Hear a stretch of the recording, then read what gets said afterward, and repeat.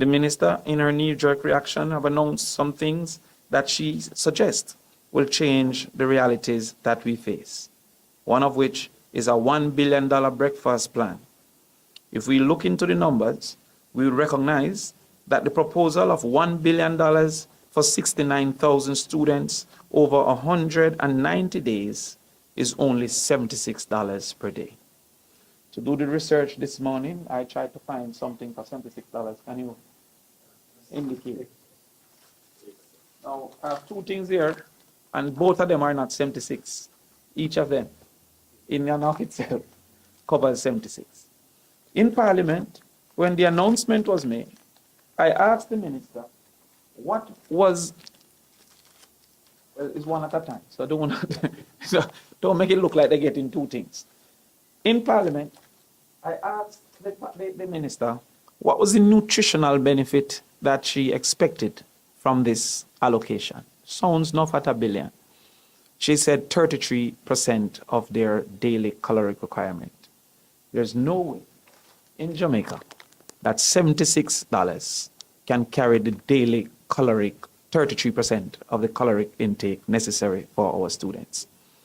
Indeed, it proves, therefore, that this simply is a political announcement seeking to counter the proposals made by the People's National Party in our budget presentations, when we indicated that we would provide meals up to $400 for children and would move towards breakfast.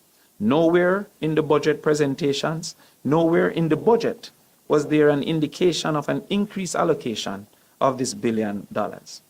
Additionally, this $1 billion proves to be immaterial, as there's over 130,000 students on path and almost 240,000 estimated to have challenges with food by the research that was made, some more grave than others. We therefore ask the government on what basis would they select just from the path 130,000, which 69 receives breakfast?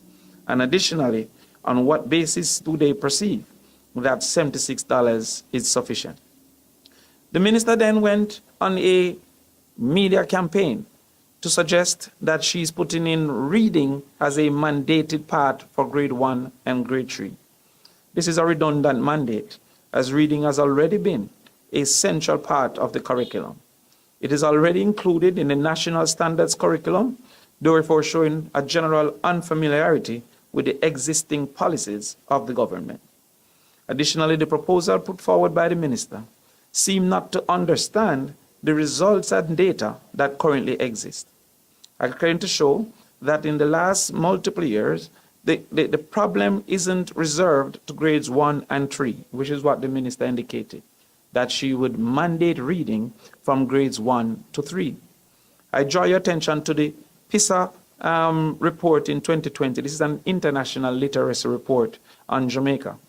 It suggested that only 1% of our 9th grade students was at the top level of reading, and 50% was below the most basic level of reading. This is in the 9th grade. I asked the minister how mandating reading from 1 to 3 solves this particular problem.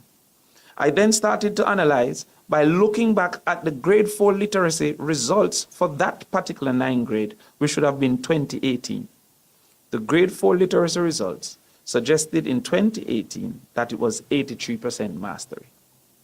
There is some disconnect that is happening if the same students that did the PISA in 2022 was at 50%, but our local examination in 2018 was 83%.